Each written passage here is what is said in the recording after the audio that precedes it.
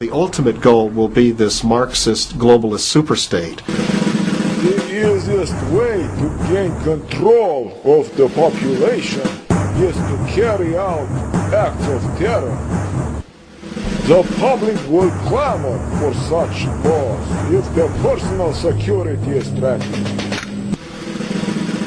But we see the neo-Nazis not being members of the right, but we see the old guard Trotskyites, like Henry Kissinger and company, rallying around the president, and then he is presenting some sort of Christian agenda. There's a lot of neocon Catholic lay people who are making a living at selling religion. And when they give themselves out on the radio or on television or in magazine articles or newspapers, they're getting paid for it, and they're enjoying a kind of celebrity status, and then they get to meet certain politicians, and they get a little intoxicated with their own celebrity, and they don't want to give it up. It is inconceivable that the people would buy this. Mm-hmm. Not only is this Hagee dumb, he is dangerous. This isn't really faith.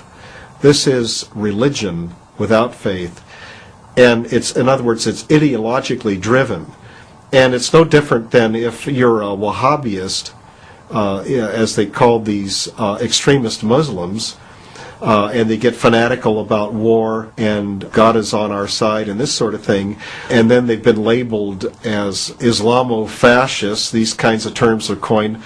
What's the difference between them and these Christo-fascists? There's no difference at all in the mentality. But they're fools following the faith. And they've been set up.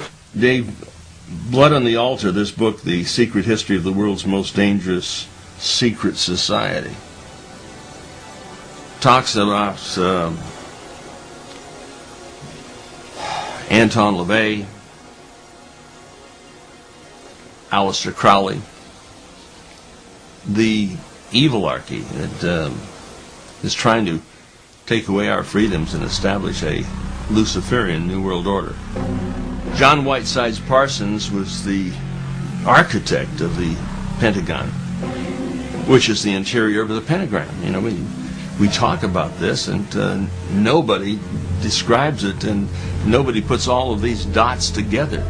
It's possible that some members of Skull and Bones may also be a member of the OTO, the Ordo Templi Orientis, which is this black lodge, a specialized Freemasonic lodge started in Germany. This is pretty much the authoritative book on the subject by Craig Heimbichner, Blood on the Altar, The Secret History of the World's Most Dangerous Secret Society.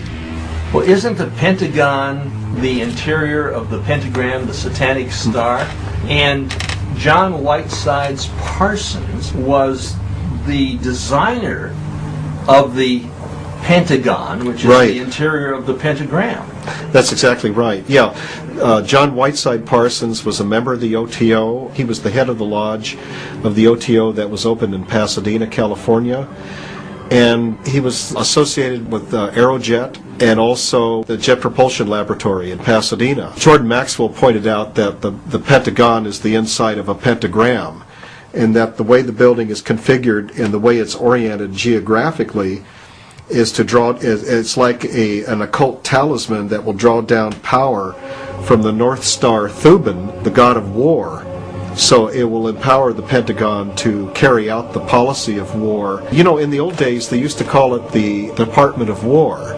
Now it's called the Department of Defense. The Skull and Bones had in its membership a fellow named Stimson. He was the Secretary of War during World War I, which was created. We have Stimson, Secretary of War during the creation of World War II and the bombing of Pearl Harbor. And I think every historian, every politico in the world knows that the Second World War was brought about by this attack, and the President of the United States knew about it. It's amazing how this story has been buried for, what is it now, 66 years? Well, I wrote a book on it with Colonel Curtis B. Dow, Roosevelt's former son-in-law, called The Warlords of Washington. You have the President of the United States knowledgeable about the attack, wanting the attack, and we see the current President of the United States, George Walker Bush from the Skull and Bones, We see Stimson from the Skull and Bones, the Brotherhood of Death, and we see He was one of their more prominent patriarchs, by the the way, 9/11 event occurring, and certainly 19 hijackers didn't fly those planes because 7 of them are still alive. 1 was dead before the event, and insofar as the Pentagon is concerned, the so-called plane made a 270-degree turn,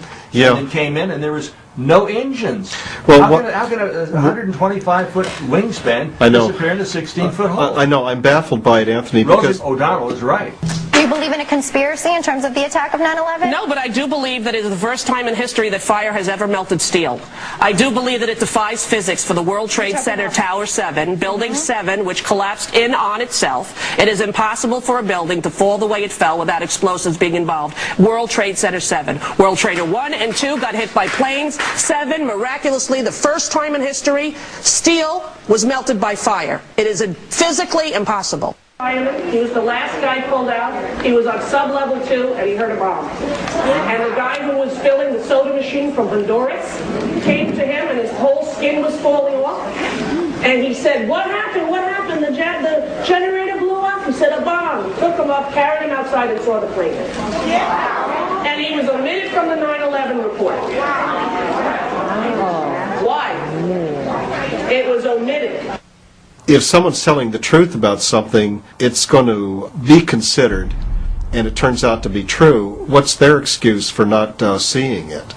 Charlie Sheen, Martin Sheen, Gary Busey, Ed Asner. I mean, people from the legitimate left and the legitimate right are coming together, and we're all saying the same thing. This is an inside job to justify Bush's entree into Iraq and maybe into Iran, and you've got the Christians and conservatives. He couldn't do it without him. This man. Yeah, this is really the problem, Anthony, is that Bush's cornerstone, his constituency, is the Christian support for his administration, and there's an alliance, a kind of liaison or a joining together in common cause between Protestant fundamentalists, the evangelicals, and the Catholic neocons, who also talk about being evangelicals all the time.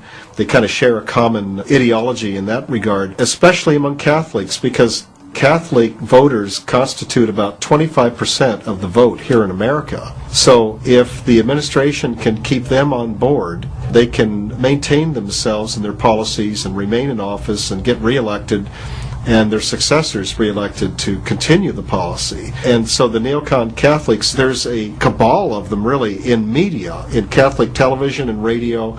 They're networked together throughout these little radio stations all over the country. If they're not in agreement, like let's say like the little ones ideologically with the mothership, which is EWTN, then they're not going to get national syndication. Who else was in this OTO? Aleister Crowley is probably the most famous of the masters or Grand Master. And he was in the theological bed with John Whiteside's Parsons, and Anton LaVey started the First Church of Satan. Well, Crowley is a much more prominent occultist than Anton LaVey. Anton LaVey was certainly bad news. There have been a lot of different tragedies associated among people who had contact with him, a lot of bad luck, you might say.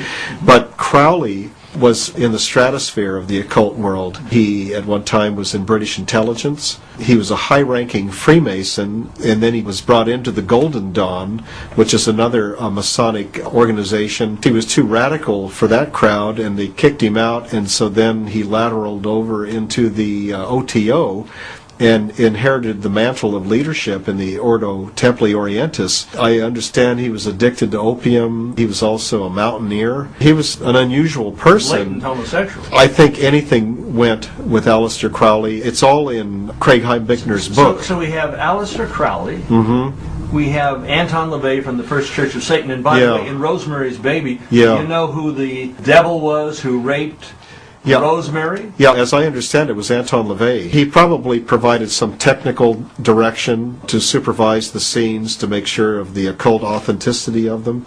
It's pretty scary stuff, and we all know the following stories associated with that film. Maybe I should have killed 400 or 500 people, then I would have felt better. Then when I felt like I really offered society something. These are minor murders compared to the murders Yeah, that they are are. conducted by Yeah. Well, that's it. Yeah. the administration of the United States, the Bush administration. That's right. Yeah. They're minor. It's Right. If nothing. you have a Satanist holding public office and can make foreign policy and start a war, you can sacrifice a lot more human beings that way. Well, in war, And killing them off doesn't seem to be a matter of conscience at all. And then doing that in the name of Christianity, if that isn't Satanism, I don't know what is.